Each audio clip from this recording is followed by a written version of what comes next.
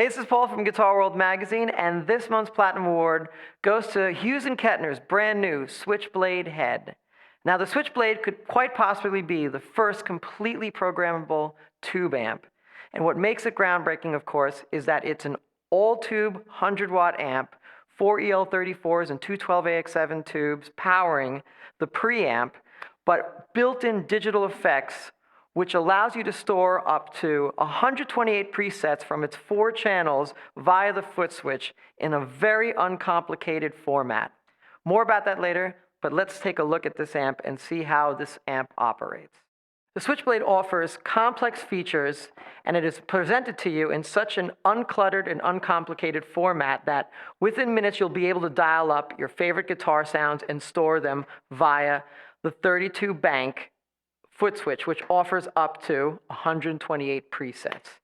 So let's begin by looking at the 4-position rotary switch, which lets you pick the channel you're on.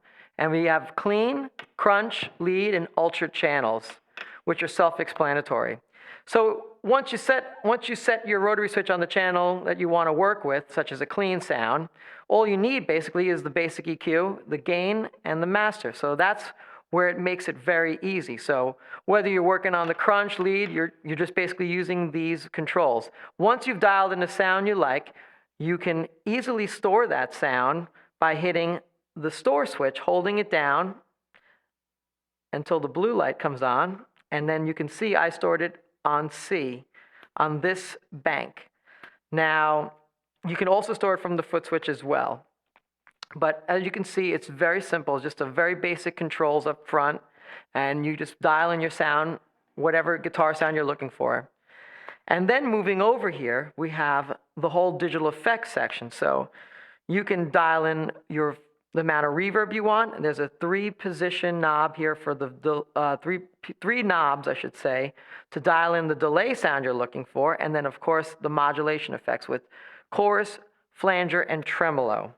And you can store any of these on the channel you're working on, or whatever. If you want a little delay on your lead, you put it there. If you want chorus on your clean, you can do that. It's all very easy, and you just hit the store switch where you want it, what bank you want it in, and you're ready to go.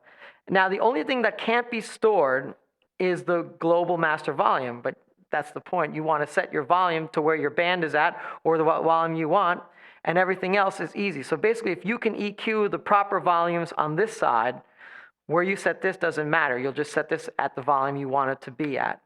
Another great thing, too, is that as you're moving knobs, this little blue light will tell you where the knob was originally set. So if I'm moving my master on, say, this channel, right there, once I find that spot, that's where I last set it. So it's very helpful to see where you set that last time. Another great feature, of course, is you can also, with all the storing capability of this amp, you can basically store your series parallel effects loop as well. So this amp is very deep, but very easy to use. And again, as I said before, it's 4 EL34 tubes, 2 12AX7s, it's 100 watts, all the power you need. I'm running it through a Hughes Kettner cabinet with vintage 30 speakers, Celestion vintage 30 speakers.